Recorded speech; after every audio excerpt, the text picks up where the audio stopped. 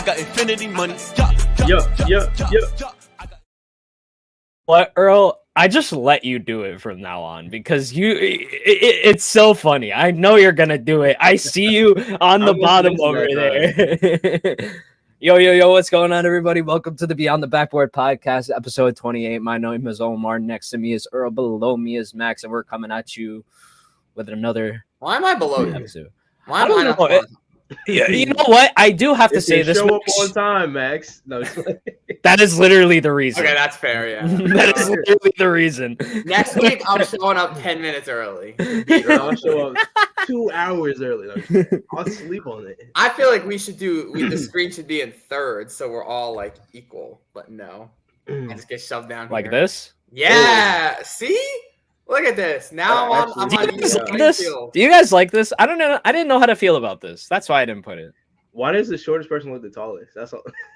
That's correct. Yo, you didn't have to violate That's me. Wild. You didn't have to do that. It's a little bit of switch it back to the way it was. Yeah, switch it back. I kind of like this more. Never mind. Yeah, that's what I'm saying. All right, but kind of an overview of this week, really. Yeah, I mean, not a lot of big surprises coming out this week at the NBA. Obviously, without trade deadline, there's no real stories going on. Everybody's kind of just focused on getting to the playoffs. But I do want to start off with the conversation with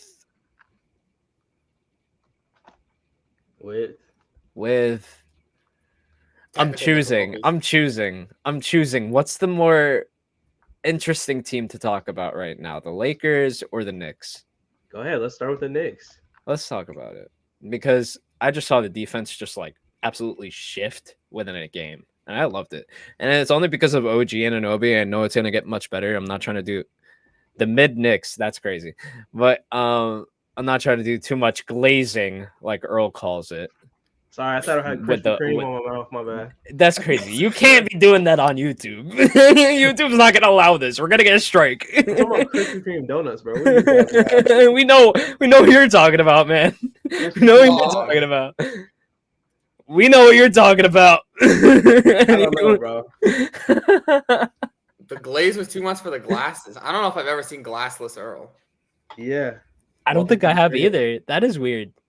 That is a weird sight to see. This is my Bruce Wayne alter ego. You know what I mean? I'm Batman. This is like when Stoudemire takes the goggles off. Honestly. Yeah. But I'm just it's not fully healthy yet, but the Knicks are looking good. And if we can at least just keep winning games, keep it to a point where we win one, we lose one, we win one, we lose one, I don't think we're gonna go anywhere. And I think the East is pretty much going to stay the same how it is. I mean, do I want them to move up one seeding? Of course. So Earl can buy that Jalen Brunson jersey. Of course. But yeah, it's not happening. I don't know yet because we're pretty close to Milwaukee. But I'm not going to jump the gun there. I think to make a really good, healthy playoff run, it's come down to the fact that we need Julius Randle. Like, his and he's back on my fantasy team. Welcome home, King Julius. That's crazy. You've traded him like 5 times. You treat him like the dirty rag. You know what it is? It's like, when you send people to boarding school, military school, when they come back, they just become stronger. Like, he's built so much.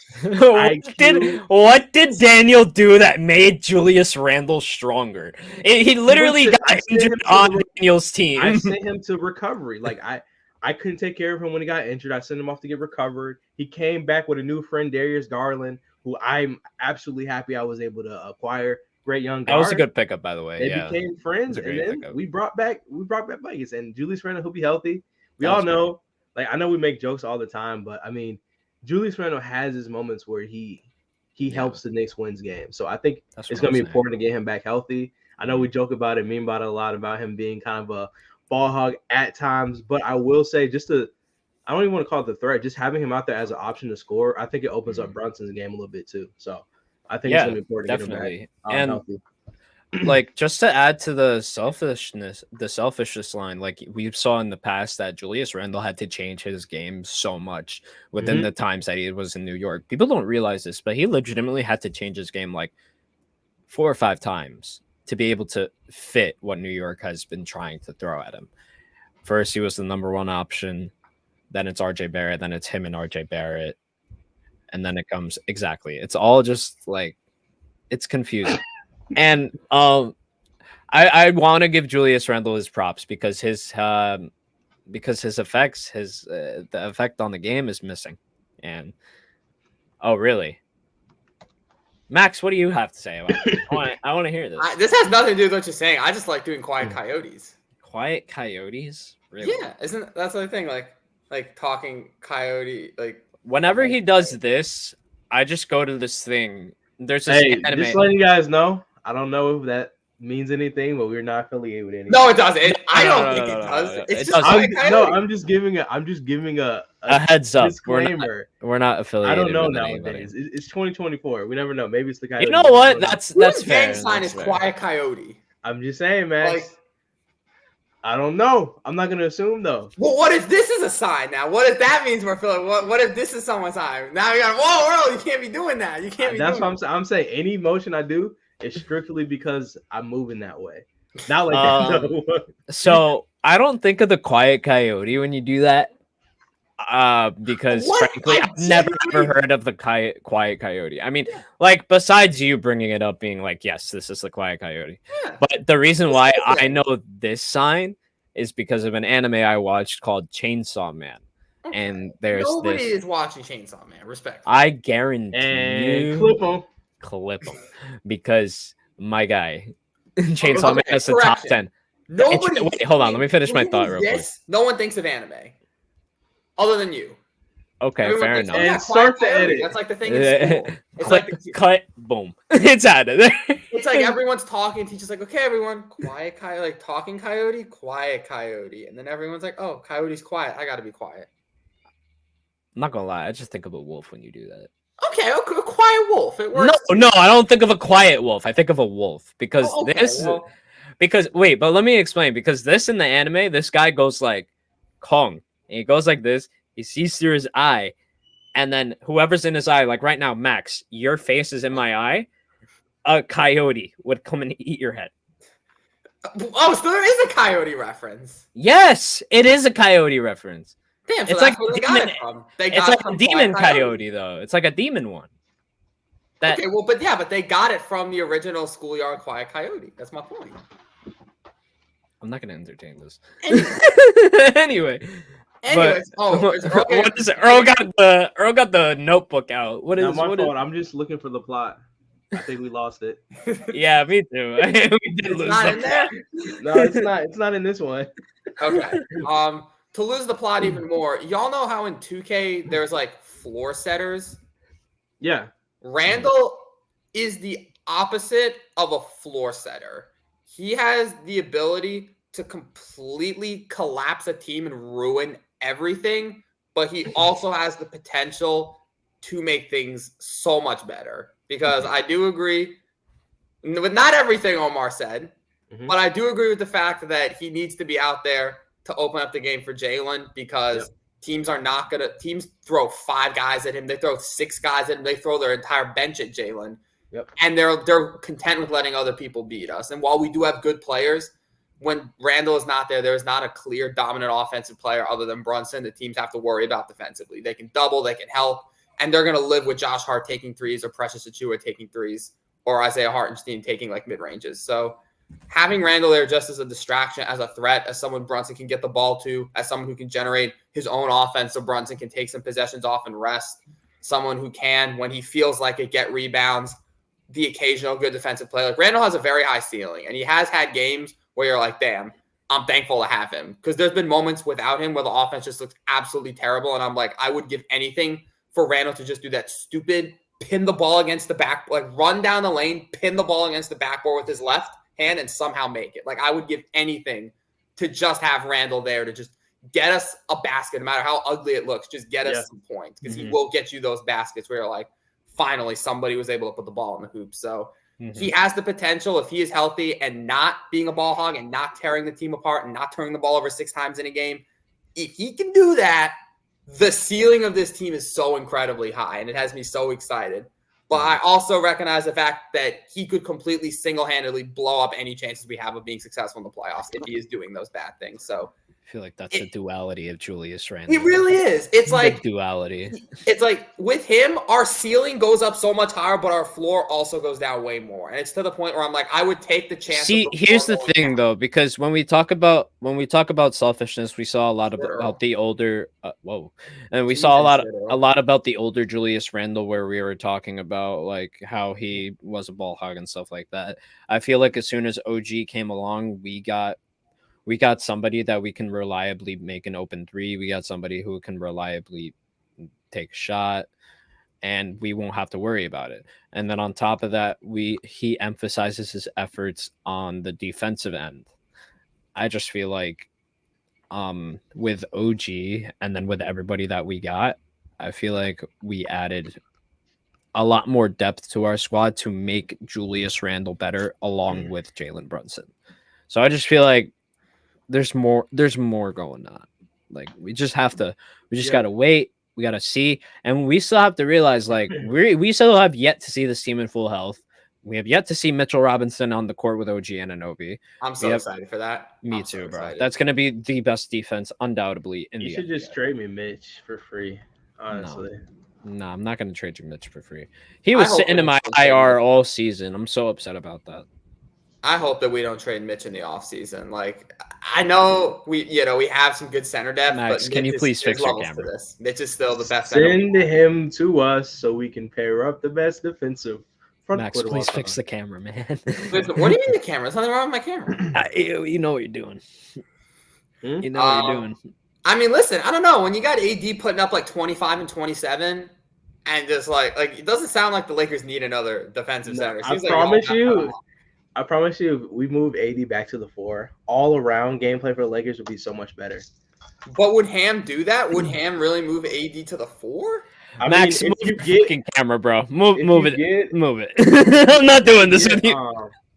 If you get a big who's dominant enough and skilled enough at that position to be a starting center, I think he would have no choice. Plus, we're not talking about Ham in 2025. He won't be there. Respect. No, he won't. You really think? No, he won't. 100% he won't. Bro, Did you guys see that quote? Mike Brown one. I just wish Mike Brown would just tell me exactly who's going to run before the game starts, and life will be so much easier. I mean, he's not wrong though.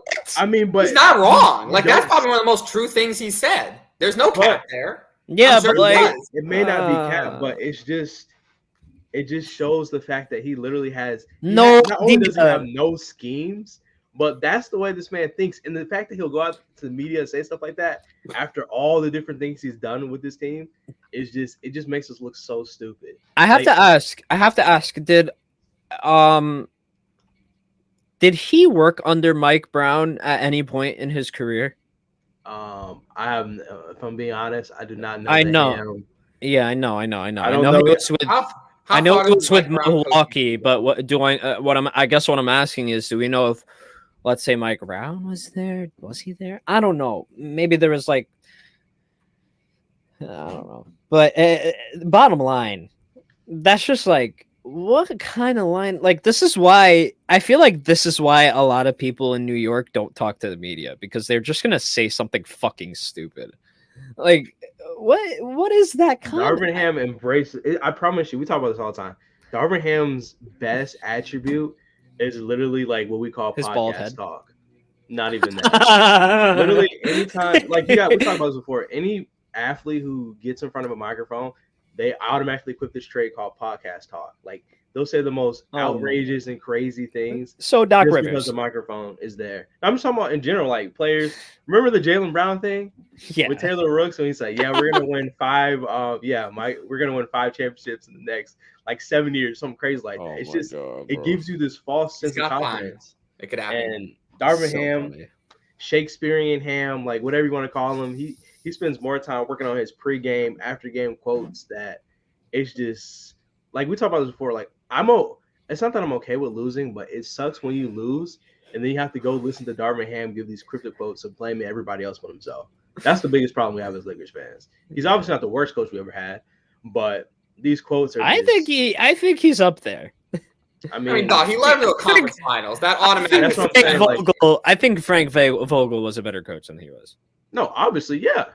I just hated the way he handled the Russell situation. That was shitty. No, Russell should have been gone. Like, that was not on Frank Vogel. That was on the front office. Vogel won us the championship. He had defensive schemes. Our offense was great. We were a top 2 team in the West. Like, that year, 2020, was amazing. It's just we got stuck with a sorry roster, and they made Frank Vogel the fall guy because I think everything started to fall apart when you lost Alex Caruso. I mean, everything fell apart when we traded our whole team away, basically, for Russell Westbrook, and then obviously Alex Caruso, we didn't re-sign him. But the point is, it's cheaper to get rid of a coach than it is to get off a $42 million contract. So that's the direction they chose. Yeah, it just shows what happened in Milwaukee, and now I just feel like Doc Rivers is just ruining Milwaukee within the inside. And now, like, I just want to touch on this. I don't want to talk about it too much, but dude, what is Giannis's future now that the Bucks are sitting at 4th place of the East with Damian Lillard? I mean, they're in. I don't think it matters. Like, I think it's about. It doesn't. All that matters is what happens in the playoffs.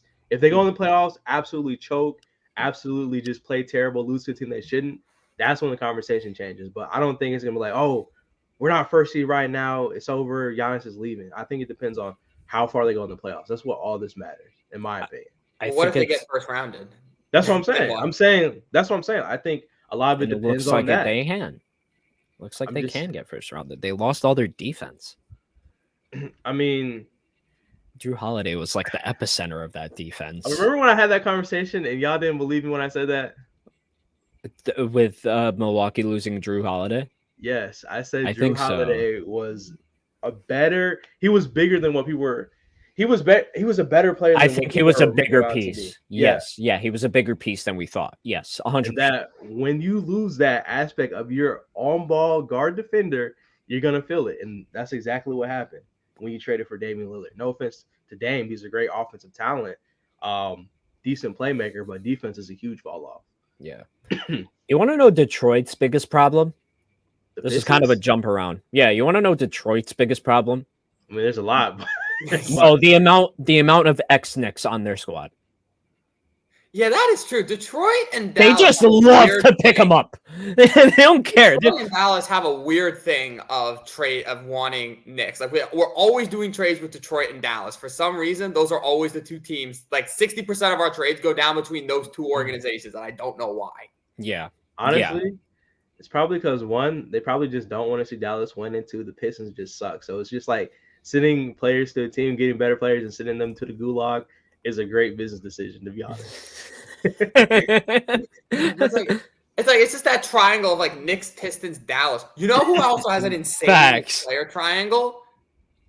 Quentin Grimes, Dallas Maverick confirmed. Sorry. The Clippers and the Wizards. I swear those guys have shared the same players for the last like 10 years. Guys just bounce around. Like Westbrook has played for all those teams.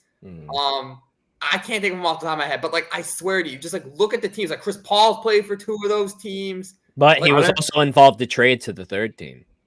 Oh yeah, didn't he get traded to Washington for like that brief time? Yeah, for Jordan Poole, and then he was traded back to. No, he wasn't traded for Jordan Poole. I'm bugging, but he was. Honestly, you can add the Lakers and Wizards to that list as well. I'm not gonna lie to you. Lakers, no, it's Lakers, Wizards, and Timberwolves. We have a weird triangle too. It's very Lakers and Timberwolves definitely do. Like Wizards, we had the Kyle Kuzma thing, we had the Rui Hachimura thing. I think and throw Philly in there. It's actually a square. It's Houston, Clippers, Philly, Washington. Those four teams are just it's past players between each other. For sure. That's like KJ Martin's been on at least 3 of those teams. Covington's been on like 3 to 4 of those teams. Daniel House has probably been on 2 or 3 of those teams. Yeah, I mean, like really think about it. There's levels to this, guys. Hey guys, do we know if Daniel Gafford passed No, he didn't. Record? He didn't. He didn't. He missed like it off more, right? He missed off of a putback attempt. Somebody missed a shot. And he went up for it. He didn't go for the dunk and the lay, and it went in and out. So Oh my God, he was 3 field goals away. I mean, considering it only took him like 5 games, I mean, he can probably lock it and do it again. Nah, he's never doing it again. Yeah. Just shows that Wilt's the GOAT. Unbreakable record. Okay. First of all, showing that it's Daniel Gafford who was trying to break the record, I don't think it's that unbreakable anymore. Hey, listen, has Shaq ever broke it? Does David Robinson ever break it? Did MJ? Braun never came close. Yeah, but those guys were all fair enough, but those guys were all like first option players. First option players are going to miss more shots than your. Wilt was the first option. He ain't missed. Yeah, but he was also in a league filled with 5-footers. I don't know. There actually was like more 7-footers back then than there are now. Didn't you say that argument doesn't work last week when we had we're done with the 90s conversation? No, I didn't. Okay. Height for Wilt Chamberlain was a huge difference. There were a lot of 7-footers. Chamberlain, you got to think about it like this, guys. Wilt Chamberlain was a center playing how Victor Wembanyama was playing in the 50s, or wherever he was playing during the time he was playing. Yeah, that's why he's goated. Skill issue. I mean, I wouldn't call it goated. I would say he's ahead of his time for sure. Do I think? Where do you think Wilt Chamberlain would be in this era? That's a more interesting conversation. But didn't we have this conversation last week? It's about dominating your era, is it not? It is about dominating. Like we can't go like, oh, let's take a time machine and put this player here. Like literally, it's never going to happen. So. Well, it's not about that because I wasn't going to disrespect him in any way, right? Because Wilt Chamberlain in this era is minimum a Giannis. Minimum. I mean, Wilt Chamberlain was still dominating this era. You know how that's what I'm saying. Guys are? I mean, yeah, he's right. That's what I'm saying. Yeah, Wilt would be Wilt in any era. I think. That's exactly what I'm trying to say. If you put Wilt next to AD, we win 18 championships. That's all I'm saying. All I'm saying is you put Wilt next Twin to Towers of LA. Bro, all I'm saying is nobody was scoring that paint. The Twin Towers of LA. Bro, if the Lakers have like by far the best all-time team, and it's not even like relatively close. Yeah. For sure. Oh, I would say I think their whole 7 of the 10 best players of all time have played for the Lakers. Their whole roster up and down is going to be like 99 overalls. Kobe. No, LeBron, it is. Every position is a 99. Like, was there a better point guard that you would say than Steve Nash? Magic. Magic. I'm sorry. Magic and West. I'm sorry. Yes. I mean, we can't count. Do we count Nash as a Laker? He didn't. I don't know why I thought point guard. I was like, oh yeah, Steve Nash. All time, there's other names he could have. 100%. He did pass through for sure. Yeah. I mean, are we counting Gary Payton? I mean. Yeah, I mean, it's like, do we count the players who do we take them at their peak, or do we take them at their peak on the Lakers? Because peak on the Lakers is very different. I mean, we're talking about it doesn't really matter for Braun either way, because Braun's peaked on or been very good on the Lakers too. For sure. Like you talk about bench too. I mean, you probably have Pau Gasol coming off the bench, like Powell. Does Pau even get minutes? I'm being serious. Yeah, he does. As a backup, oh for sure. Because you have Wilt, you have Shaq, and you have Kareem. Oh, then you have AD too. I mean, and AD. So there's your 4 bigs. Luke, so AD or Powell's getting cut from that. No, you can just run you can literally run a different team every quarter of the game and still dominate the whole league. Yeah. That's crazy. Every team you can run, it'll be a whole starting five that can dominate the NBA. That's so funny. For 4 quarters. Maybe the fourth quarter, maybe one of those teams will be a little bit lesser, obviously, but if you balanced it out, you could definitely have 5 good teams or 4 good teams. Would an all-time Bobcats team even make the playoffs? No. I mean, it depends. Actually, maybe. Are we talking about Charlotte Bobcats? Because that's what they were. I feel like we have to talk about Charlotte organization, or like the Hornets, the Bobcats organization history. So the Hornets plus the Charlotte in general. Talk about Charlotte. Yeah, the players that are credited to those franchises. I think they may. Do we put LaMelo? Do we put LaMelo on that squad though? I think you have to. LaMelo and Kemba are the backcourt. Right? LaMelo and Kemba, yeah. And then we have Al Jefferson. Yeah. Gerald Wallace would be the G of that team. Yeah. Wallace, and then I don't even know who's the power forward on that team. Hold on. Can you look at the 2K all-time roster for the Bobcats and see what it is? I'm actually curious about this now. It would have to be under the Hornets, but... Yeah, like Hornets, Bobcats, all-time. I'm going to look up Charlotte. This is crazy. When I grew up, I went to when I used to live in North Carolina, I went to a Bobcats game. That's what they were called back then, which is crazy. Yeah, I'm so sorry. And I seen Dwight Howard play, bro. Dwight Howard is a massive human being. He's huge. Like Dwight Howard in his prime, watching him. Oh wow, There's a lot. There's a lot more legends than I thought. Okay, so here's apparently an all-time team, and this doesn't include LaMelo Ball, but I feel like we have to include LaMelo Ball. I would throw LaMelo at least on the bench. So Glenn Rice, Kemba Walker, Eddie Jones, Alonzo Mourning. Yeah, we're tripping. Yeah. Alonzo Mourning, Larry Johnson, Derek Coleman, Vlade Divac, Kendall Gill, Del Curry. Hello. Yeah. Baron Davis, Muggsy Bogues, Gerald Wallace, Steven Jackson, respectfully, PJ Brown, and then David Wesley. David Wesley also ain't on that team. And PJ Brown probably isn't either. I put LaMelo on there. Definitely over. I would put LaMelo on here, but yeah, I would take David Wesley off. Yeah, and then PJ. Those last two are interchangeable. I feel like. Was Kemba on there or no? Yes, Kemba was in the beginning. Okay, good. That's what I figured. I just didn't do that first one. Is there any all-time team that wouldn't make the playoffs today? No. I feel I think every all-time team. Well, eventually somebody's gonna have to. Because even teams that suck, like they had at least a good player or two on those rosters, you know. No, but like I'm just saying, like if you just took that team and just like it's the 29 current NBA teams and then like this one all-time team. That's what I'm saying. Like it's not all-time teams. I'm just saying like if you transposed one team, why don't we just do? Okay, maybe we can run like a simulation on 2K where we just like take all of these teams from like all time, we import them into like what is it called? My league, exactly. And you import them all into like this all-time thing, and you include every all-time team, and then we'll see who makes the playoffs. Sounds like an Omar deal. Sounds like something I have to do. Yeah. Seems like you picked up your own plan. Let's know how that goes. We'll stream it. We could stream it. I'll probably stream it. Yeah. Yeah, we'll stream it. We're done with the 80s, bro. We don't know. I'm just playing. That conversation is so done. I saw like a comment on our last video. I'm gonna go back to it because it was just some nonsense. What did it say? I didn't read it. It was actually like I think a fan. I'm not sure. Omar responds to chat. No, I didn't respond to this one. Can we make this a new weekly segment where we just pick out like a Twitter It's good to know that Alex corrected at us. Just a random Twitter comment. And Omar just has to like we gotta make a Twitter account first. I'm just saying like on NBA Twitter, just not like one at us. Just like we get on that thing, I'm gonna be tweeting on it crazy. Bet. I got you. I'll do that. Send me the login, I got you. Okay, so this guy named at William Alexander 9485 3 days ago. 90s basketball wasn't 90s basketball. 80 was more physical prior to the flagrant foul rule. Go watch the NBA Finals 1991 to 93, which I did. The physicality just wasn't there.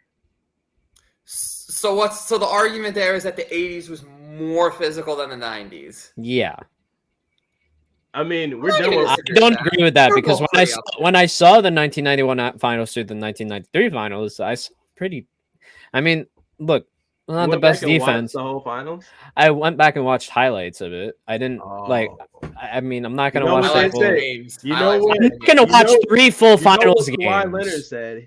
He said, "Y'all watching highlights? I watch full games." I'm just saying. Okay. There's levels to this. It's levels. Okay.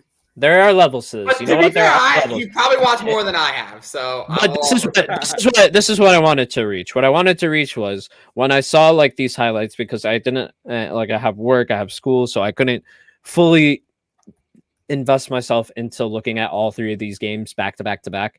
But what I did do, and I see you guys typing in the private chat, I'm not going to look at that right now. Is basically I saw the defense. The defense was there, but wasn't as strong. You know, it just happens. I mean, LEVELSLLLL, all from Earl. There's levels to this. Levels, yeah. There are levels. I'm just saying. I saw defense. I'm just saying I did see it. So, basketball. Omar here, the court here, the rim here.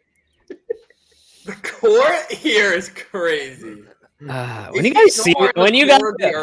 we go see the Knicks versus Lakers, and then we rent out that podcast studio, We're gonna see. We're gonna see. We're gonna have a 1v1v1 brawl inside of the podcast studio. We're only gonna need to 2v1 me. I'm gonna disqualify myself because I think it wouldn't be fair. Basketball, we can do a 2v1. 2v1? Yeah. Yeah, me versus you two. That's the only fair one. Yeah, honestly. I mean, Omar, you can be like. I feel like y'all are sleeping on me with basketball. Listen, how many basketball 1v1 does? You guys realize I played basketball in high school, right? Like, listen, you guys know I played high school basketball. I just want to let you know. Nico, I might have been small, middle school league, and I beat him in a shooting contest. Okay, congratulations at middle school. I played at like a sophomore level. But were you MVP of your middle school league, though? I don't think there was ever an MVP in my middle school league. I thought they never gave a true MVP to that because Nico was just that good, and I beat him in a shooting contest. So I feel like you said, we can do just a shootout. We can. Oh, that's not fair. I would win that. It's so easy. No. Oh wait, no. Let's do it then. Let's do it. I would. It's not fair. It wouldn't be fair. I wouldn't miss. Well, I'll probably miss a couple. I'll be humble. But humble Earl might miss a few. When you start off 1 for 5, is that we calling that humble? I promise you, I won't. And I won't practice prior to. That's up to you. Y'all can practice all you want. I don't need practice. I need 2 shots. I stay ready. Hey man, anything in life. I'm a practice. I'm not gonna go out there and not practice a couple of shots. True. No, that's fine. I'm gonna go ball regardless. Practice, you might shoot 2 for 10, maybe. I'm just saying, whether I practice or not, I might as well have the extra practice. What's it gonna hurt? Go for it. Go for it. Sure. I'm just saying, I stay ready. Call me Lance Stevenson. I'm born ready. A 1v1 tournament and a shooting contest, easy. Take them both. And horse. Of course, we gotta do horse. Oh, and horse, easy. All we're gonna do. I like the level of y'all confidence. It's gonna be. How many basketball 1v1s have you uploaded to YouTube that you've won in? Okay, so here's this. I have an idea. We're gonna pan this out right here, right now, live on the podcast. Dubs.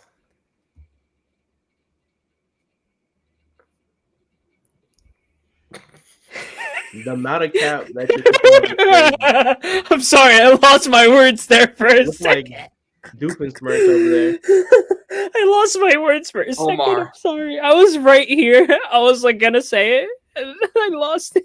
Omar looks like the guy in the meme where it's just like the I receive, you receive guy, and he goes like this. Who looks like Trevor? That's what Omar was looking like right there. Omar, I receive. Let's do guy. What I'm saying is let's do like a. Fuck!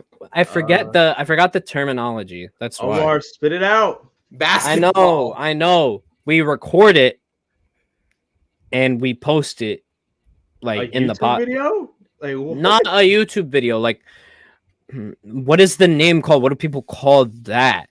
Action. I don't know what you're trying to say. A live stream? Not like a live stream, but like a live like like when streamers like go outside and like they do like a bunch of not like a live. I don't know. I forgot the name. IRL. No, it's not even. I forgot the name of it. I forgot the terminology. Forget about it. Describe it to us. Basically, what we're gonna do is we're gonna record it and we're gonna post it. But it's a video. What? Omar, what are you saying? A video. You record the video and you post the video. I just want to involve it in the podcast. That's what I mean. A segment. Yes, that's what I mean. I'm sorry. I don't know why I couldn't get it out, but I got it. Oh my god. What do y'all think about the New Orleans Pelicans? I love them a lot. I think the biggest problem with that team was Zion not being healthy. Zion's healthy and he's playing good basketball. Herb Jones is a monster. He was cooking up Paul George. I'm not gonna lie to you. That 3-point block where he just came up the court, he's like volleyball, spiked it over, got the fast break. That was nasty. And then Paul George got by Anthony Edwards like last week too. So these younger guys, they know what they're doing, bro. I don't want to pick on the Clippers. Obviously, they're top team right now, but Pelicans look nasty. They're definitely looking scary. They just need to stay healthy going into the playoffs, and all things go well, then they can make a good run. Yeah, the Pelicans look really good.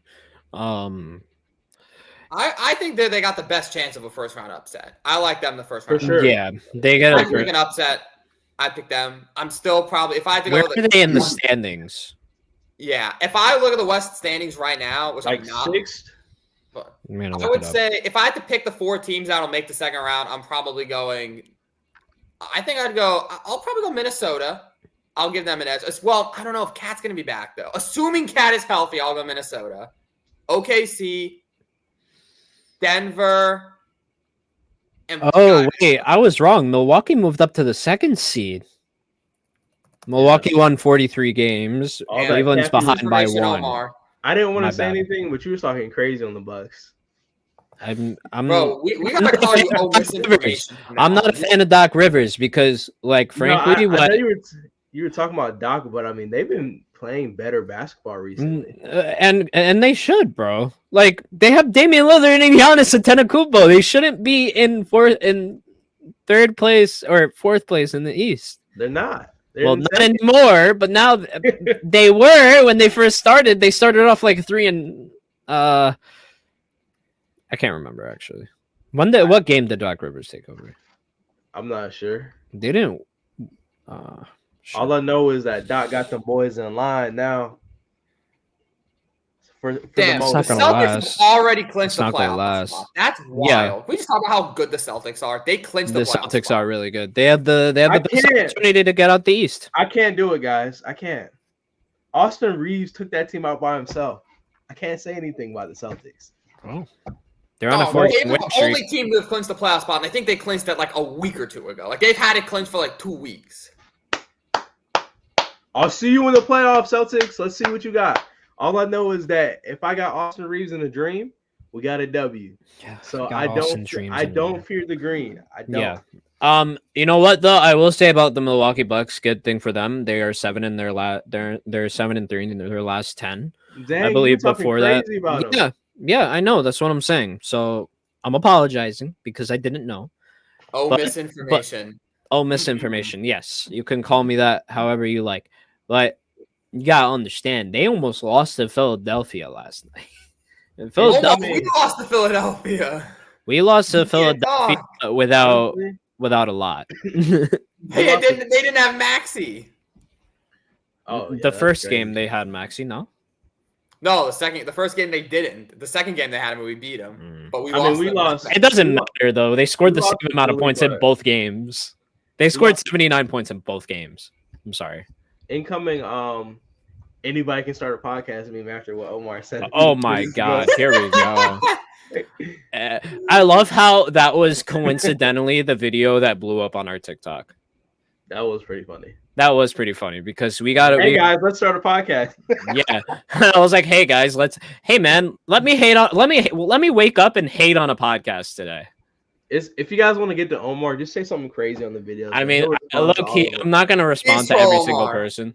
Well, yeah, I'm not gonna respond to every single person that does something like that. Huh? You have. I mean, to be fair, it's only like 2 people, but on the TikToks, I don't respond to many people. You could look at that. There's a lot of remarks that we just don't comment on. You can look it up. Go. And there's a lot of remarks that we do comment on, but there's an overwhelming majority that we don't, or I don't. But I can continue. Yeah, but I mean, look, the Bucks are all right. I'm not going to say they're coming out of the East because that's most likely going to be Boston. I don't think the Milwaukee Bucks are really do I think they're playing well? Yes. Do I think they're kind of putting on a facade? Maybe. I don't know. But shout out to Giannis and Lillard because they're doing work over there without much help. So good for them over there. I mean, I don't know. I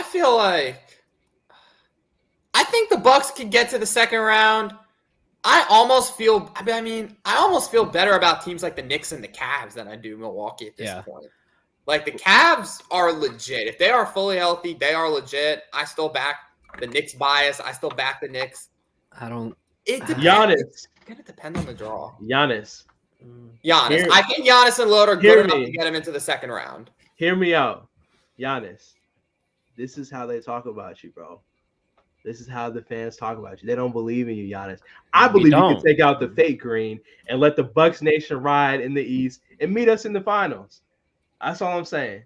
All jokes aside, though, I think the Bucks, I don't know. I think they're going to make it I think they're gonna make a deep run. I love what the Celtics are doing. They're playing great basketball, but I can't count out the Bucks and make them like an underdog, saying they're not coming out the second round, stuff like that. I think it's gonna be Celtics versus. Well, I don't know how that will line up as far as like which side of the bracket they'll be on, but I think they'll be on, as it stands right now. They'll be on different sides, right? No, I think Bucks and Celtics.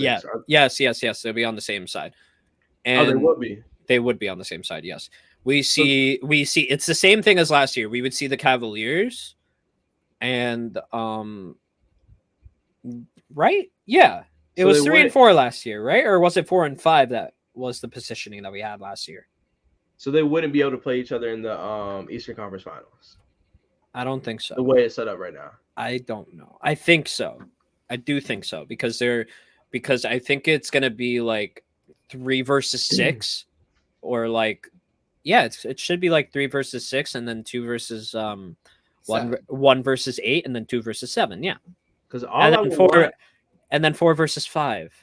All I want, bro, I just want to see green versus green. Like, ooh, we see the Magic in the first round. Yeah, I don't like that. Orlando Magic, pack them up. Orlando Magic. I back the Knicks over Orlando. I mean, they Orlando Magic. Oh, the theme song. I love the theme song. That shit is fire. Oh my god, I can just see the both memes on both accounts just going crazy in that series. I think that'd be battle of the social medias. Magic versus Knicks. That's gonna be so funny. Don't you wish you were on the Knicks? And then you got the Magic fans, Orlando Magic. Like, oh my. That battle of the social media teams will probably be more entertaining than the game. Not discrediting the players, but it would be hilarious. I do think the Knicks have more playoff experience in that one, but yeah, I back the Knicks in that. I do back while saying that, I do back the Knicks because of what happened with Miami last year. We beat them in the season series, like, what was it, 3-1, and they whooped our ass in the playoffs. So I mean, I could see the same thing happening with Orlando, not because they're not good, just because they're too young. Clip it. It's just because they're too tough to like predict the playoffs right now because like the standings are so close. Like now, like the Cavs or the Bucks are the 2 seed. They could so easily be the 4 or 5 seed. It's like you just really don't know. So it's like I hate making like second round predictions right now. But if I had to pick the 4 best teams in the East right now. Well, okay, assuming Embiid comes back, you have to put Philly in that conversation, right? Assuming Embiid is back and healthy. Apparently, he's no step closer. I mean, listen, if they go into the playoffs without Embiid, they're getting first rounded, 100%. Ooh, Denver took over the first spot in the West. Yeah, I think like 2 games ago. No, it was last game. I don't know. I see a very real world where Phoenix does not make the second round of the playoffs. Well, 100%. They're in 7th place right now. They're in the play-in. Who? Phoenix is in the play-in. Dallas is in the play-in. The Lakers are in the play-in by sheer luck. And Golden State is in the play-in. I'll be honest. I don't think the Lakers make the playoffs. I don't think they will. We 100% will. I think you guys will make the playoffs. We're not worried about public opinions. We're not worried about. I think you guys will get. I think spot we were last year. We'll make the playoffs. If Ham is truly as bad as you say he is, he will. Here's the thing. I'm not worried about Ham in the playoffs. I'm not, because when we get to playoff basketball, all I need is healthy Bron. Like last year, Bron wasn't at 100%. We knew it as Lakers fans. People in general knew it. He didn't have his legs on him. This year, he's looking a lot better. Anthony Davis is healthy. Shout out to Anthony Davis, has been healthy the full year. I was 100% wrong. I'm so happy that he has not, like, he's returning to his old self. Like, I want to be the first person that says that, because in the beginning of the year, I was using injuries for him as an excuse to count him out, and that was not cool. So shout out to Anthony Davis. He's been playing like an absolute dominant all-star, like he should have been for the past 2 years. And that's, honestly, I'm sorry, I just wanted to add that. And honestly, Paul George and Kawhi too, if we're being honest. Like, yes, Kawhi has been very, very good too. They were made the poster boys of what was it called? Load management, and they pretty much played the whole year. So shout out to them. Shout out to them, because it really shows that a lot of players were just seriously dealing with injuries. And I'm glad to see. You know what? It shows that some players, not including those players, believe it or not, Kawhi and PG and AD, I feel like they were abusing it a little bit last year. A little bit. I mean, AD was legit just injured though. I'm not gonna lie to you. Mm-hmm. He did have that Achilles, yeah. I mean, I don't like to talk about the Achilles. He was playing through a lot of stuff, but like when you play through injuries, lingering injuries, and don't let them fully heal, you're just gonna end up out more time in general. Yeah, but here's the thing about the Lakers in terms of last year. You guys were in the same position, but the race for you guys to be in the play-in or to be in the playoffs was much closer. Like it legit is right now. The whole West is close. Like every game from 7th to 9th is close. Like even 10th is like right there. It's 3 not games too back, much. 3 games back from 6th seed for the Lakers. Everything else is pretty much like I wouldn't say 1.5 games. It's right there. I would say it takes 3.5 games for you to pass Phoenix because they have we have the season series, so it'll only be 3. If they continue to if they lose another game because they lost last night. Well, yeah, they lost last night. No, they won last night. No, they lost to Charlotte. My bad. Damn, that's tough. Yeah. And if you lose to Charlotte, I can't take you serious. They won 107-96. Really? Yeah, dude. Let me see. KD didn't do well. He scored only 13 points, but they won. Dog, I will stand on this business. Charlotte's the worst team in the NBA, and they are frauds, like absolute frauds, and they're so saved by the fact that the Pistons and the Wizards exist. But I think both those teams are better than them. I think Charlotte are the biggest frauds in the league. I gotta agree with you, Max. Yo, okay, we gotta talk about Grant Williams. We gotta talk about one thing, and I don't know if y'all have been seeing it. People have been going crazy. What? Where's Tyrese Halliburton? I mean, he's just there. I mean, I feel like he's been a little bit different after that injury. After that injury, I think he's been playing a little bit more uncomfortable. He doesn't look as confident, I will say. Yeah. But, I mean, I never put a lot of pressure on that Pacers team in the first place. I don't think I ever had really any huge expectations, and I think they're going to be a decent team, but I don't think this year's the year they make a deep playoff run in the first place, even with Pascal. If I'll be honest, 100%. They need to do a little more bench building.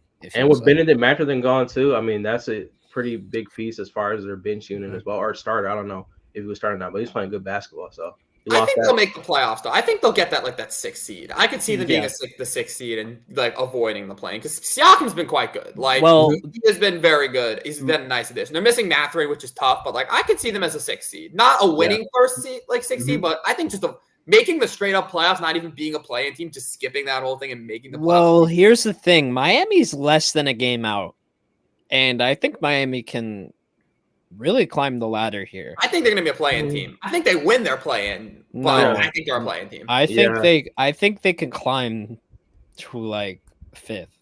I mean, that whole 4 to 8 right now is all up for grabs, and I think those will be the 8. 4 through 8 will all wind up eventually making the playoffs. I don't see Atlanta that's why pulling a play-in upset. I don't see Chicago doing a play-in upset. I don't think the Nets are even going to make the play-in because they're terrible, which is what I said at the start of the year. No one believed me, but the Nets are actually terrible, and Mikal Bridges is a fraud, like I said. You said that. Yeah, I didn't say Mikal Bridges is a fraud because I don't think he's a fraud. Respectfully, he is a third option. He is what he was on Phoenix. People talking on him like he's some all-star. He's not an all-star. He's fine. He's good. That might be the hot take of the century. That's who he is. That's great. We don't have to make him out to be a future all-star and a guy the Nets make untradeable. That's such a wild statement. Mikal Bridges is just a good player. He's a very good player. He ain't untouchable. He's not 4 first rounds. Come on. I think Mikal Bridges might be worth it in the right situation. How come he can't even get them above the Hawks or the Bulls? Here's what I think about Mikal Bridges. We saw Mikal Bridges' value as soon as Phoenix traded him for Kevin Durant. That was insane. Well, no, I mean, to be fair, come on. They put 4 firsts in that package around. They needed 4 firsts and Cam Johnson. I got you, but let me finish. So what I mean is the Suns took a fucking nosedive in terms of actually being good because of how much they gave up to get Kevin Durant. I mean, the Suns in terms of money. I'm sorry, let me make that clear. In terms of money, to where they had absolutely no room to sign anybody else above a vet minimum. Well, that was because they traded for Beal. They still could have done it if they just kept Booker and Durant. But Beal is what really screwed them. He's making as much as Durant, basically. But what I'm saying is also the defense was gone as well. Because we know that Mikal Bridges' best thing Mikal Bridges does is that defense. Yes. So when you take away a defensive heavy player like that, we've seen that with Milwaukee. We just talked about this with Jrue Holiday. The same exact thing happened with the Suns, where they lost a really key defender who was guarding the best player every night, and Mikal Bridges didn't make him a scorer, just made him a defender, a really good one. And they moved him for Kevin Durant. No more Suns. I mean, listen, again, I don't think the Suns are as prevalent. Say that there's no more Suns because they did make the playoffs last year. They're in the 7th seed. Round? I forget. They're in the 7th seed. They have Kevin Durant, Devin Booker, and Bradley Beal, and they can't. Right now, they're underperforming, 100%. It's really health too. I mean, for being honest.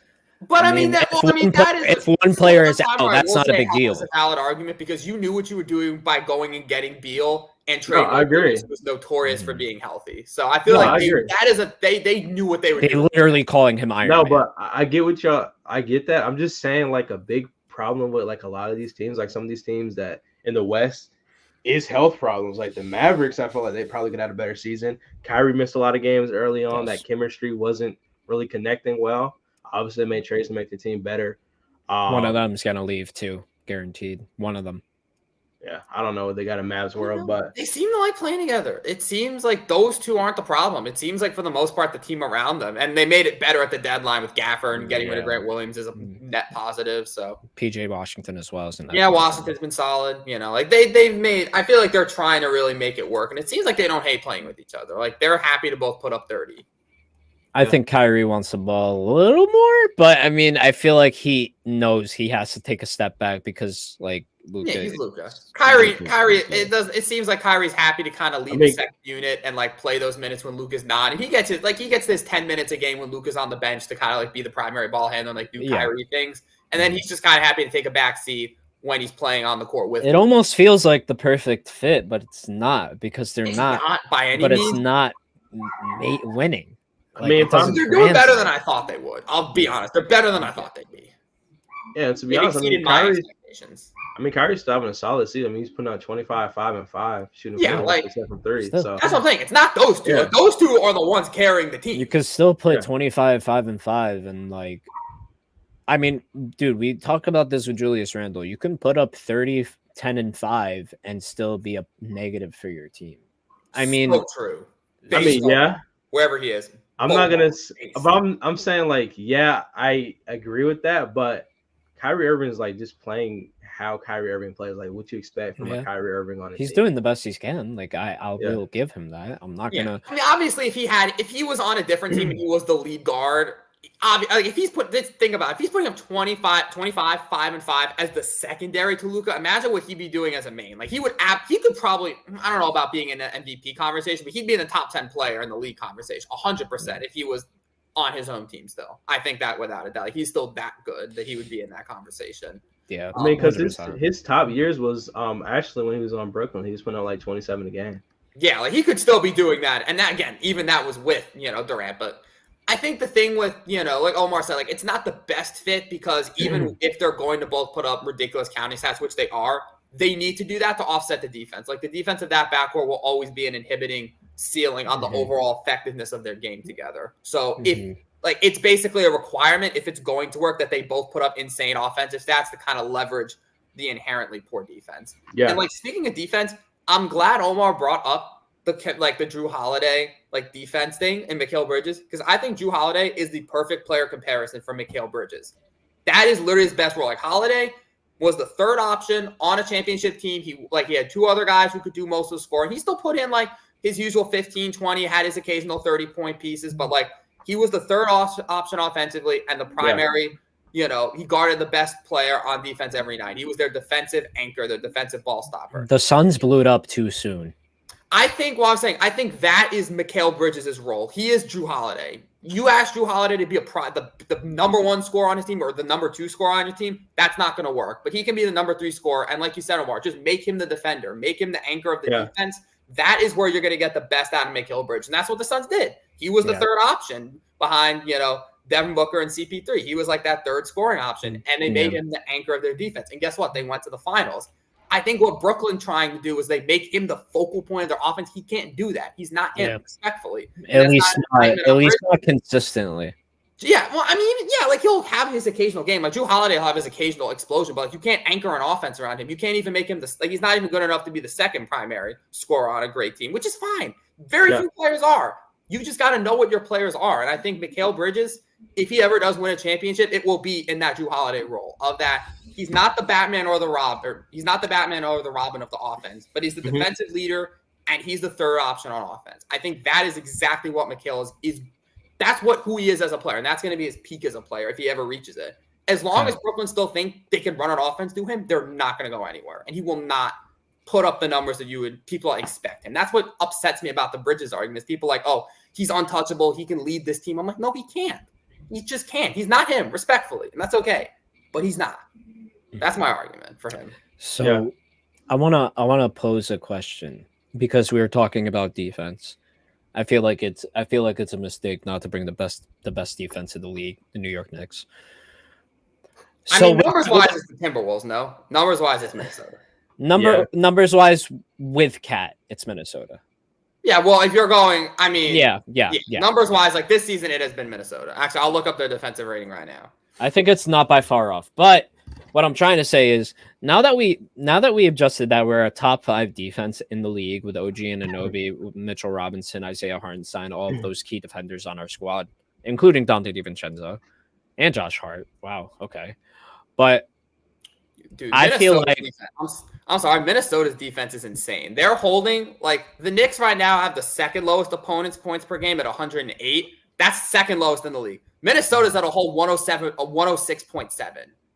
Like they're just like it goes like 109, 109, 109, 108, 108, and then just 106.7. Like they're just what is ours? What is ours? You said 100. Sorry, no, we're second best in the league at 108.1, and that's 108. Okay. Yeah, sorry, 108.1, and then like there's like 4 other teams at 109, and then a team at 110. So it's like all tightly packed in there. Yeah, no, that makes sense. And then Minnesota's at 106.7, like 106.7. Like they're just like that much points per game relative to everyone else. They're just clear of everyone. With Cat, they are the best defensive team without a doubt. Yeah, but where my question comes into play is that now that we know the Knicks have a top 5 defense in the league, do you think it's time that we go after Donovan Mitchell? Because I know you had concerns about the guards with Jalen Brunson and Donovan Mitchell because there would be a defensive liability on that side. Now, do you think with what we have now, our defensive line of Julius Randle, Mitchell Robinson, OG Anunoby, how do you think that works? It would be better. It's nice to have. I just don't think we need him. Like, I'll just be honest. I think we'd have to go give up too much or pay him too much money. I don't think we need him. I think this team is pretty darn close to being, like, I don't want to say championship ready because we're not, but I feel like if we get Donovan Mitchell, we're championship ready. I don't know. I mean, I'd pay that money. We're New York, bro. Maybe I'm pie in the sky. I believe in Jalen. I believe in Jalen too. I do. But I don't think we need Donovan Mitchell. I think it was either or, and we went with Earl doesn't want to say a word right now. Look at him. It's like what you just said with Phoenix. Because he thinks Donovan Mitchell is going to be in LA or something. No, I don't. I never said that. I don't even think that at all, if I'm being honest. Well, Omar, you said it once. I don't remember where, when. It's like they blew it up to make the big splash trade and go get Durant. It's like that's what I mean. I feel like we're not making the trade. That's what I'm saying. We got to stay patient. I mean, in a perfect world scenario, we signed Donovan Mitchell. Do we even have the cap for that without giving up, without cutting guys? Because remember, iHeart's going to be a free agent this season, so you got to pay him. You know? Yeah, they actually projected the contract to be about 13 to 14 million a year. You got that.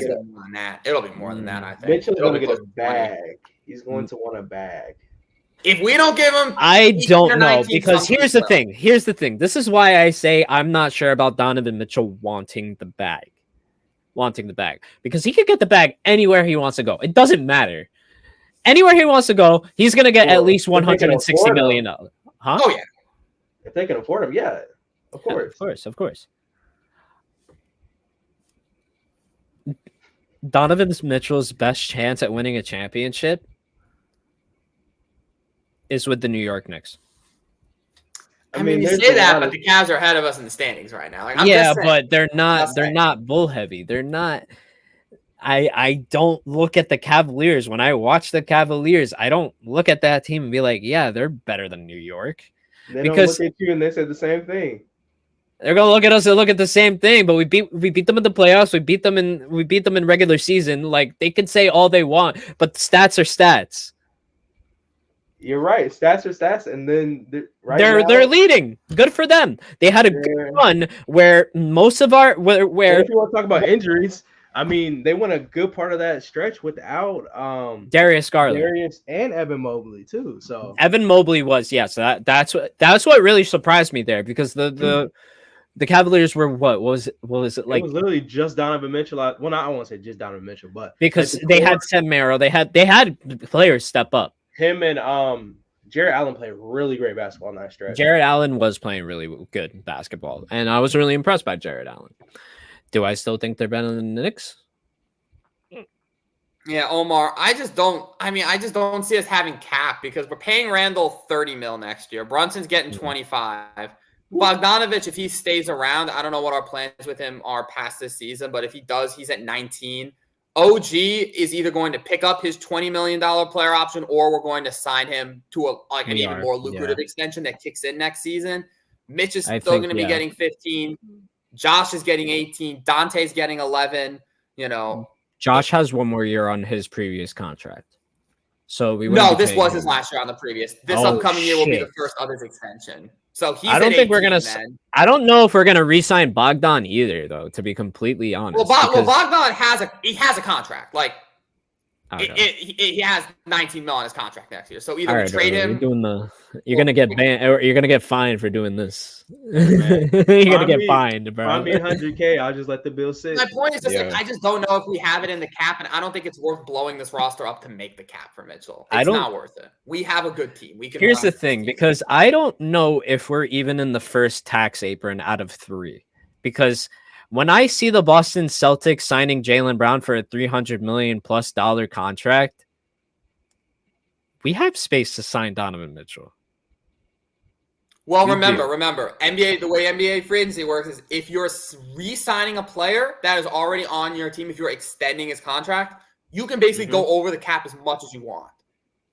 But you can't, like, it doesn't matter. Like, you could have negative cap space, but you could still extend Jaylen Brown because he's an existing player on your roster. If you were trying to bring in someone onto your team from free agency, that's when you're limited by the hard cap. You can't just sign Donovan Mitchell for $200 million because he's not an existing player on your team. You can extend over the cap, but you can't sign over the cap. So that's the problem. If we want to sign Mitchell, there has to be room under the hard cap. That's what I'm saying.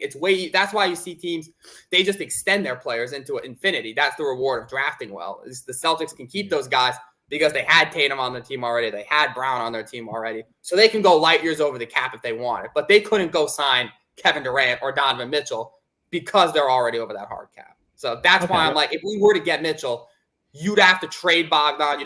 You couldn't extend OG. You couldn't give the money to iHeart. And then you're like, really, like you said, we're pulling a Phoenix. We're mortgaging all of our good players to go after that big name. And it's like, is that even worth it? Because we'd have to blow this roster up for the most part. So that's my logic there. Is like, it just doesn't work unless we just make that drastic move. And it's like, I back Jaylen. You know me, I'm a trade Julius guy, but let's see how this playoffs go. If Jaylen and Julius can make a run together and show them legit, I forgot to say, you also have to remember that Jalen Brunson is on a descending contract. It descends like it's not a lot, but it's like $2 million a year, and it descends. He is, but it's still 25 next year. It's still 25. That's $2 million. And I'm just checking. That's actually, yeah. That $2 million is not going to. It'll be 25 mil next year. So. Okay. Well, and that's okay. I think. I don't think we need him, is my point. Like, obviously, it'd be great to get him. No. I don't. I like, respectfully, I don't think Max. Like, I think we're at $163,965,182 this year. That's gonna go up. Assuming we have to spend 2020, 2024, 2025, $104 million. I'm gonna. But again, that's because we haven't. 2020, 25. 106. But you got to think about extensions, Omar. When you Yes, I know. Obviously, players, the price is going to go all the way back up, if not more. It only looks like that on the books because those players aren't signed for those years. Yes, I know. I'm looking, but I'm just but we have it's tough. our we've got a lot of players on good deals, but there is only so much money that can go around. Ultimately, okay. If you want to keep, again, what is it? Does anybody know the cap limit? Not off the top of my head. I mean, I know they cap maximum for next year is 141 million. Really? That's what this says. Cap max 141 mil. So, so we're already basically you extend OG, you're right there. That's you're saying the hard cap, right? This is the hard cap. Right, that is the cap the 141 is the cap maximum. That is what you cannot go over if you want to bring players into your organization. Again, so you can't go over 144 million as long as you're willing to pay the money in the tax aprons. That's what the tax aprons are for. So the Celtics are going to get taxed. Yeah, we're gonna do that. Yeah, we're gonna do that. I guarantee. Yeah, like I said, I think we will extend OG. I think we will extend iHeart because we have that kind of free money to play with. But I think we're gonna go into the second or third apron. Yeah, I don't know. I mean, look, you're talking logical. I understand what you're saying, but I still think a man can dream. I know. Let a man dream. Let a man dream. Zion, KD, and Kyrie. Yes. And you know what? How many championships have those guys won since that happened? 0. Hey, Kyrie's got one. Finals have they been to since then? I was upset at first when that shit went down, and then when it ended, I was like, "Oh, classic KD." Okay. Classic KD. All right. I think that's a good place to end it off on this. That is a really good place to end it. Thank you guys so much for tuning in on the podcast, episode 28. Thank you guys so much. Appreciate y'all tuning in. We're on Spotify, YouTube, and everything, etc. And your usual hosts are out. Peace. I got infinity money.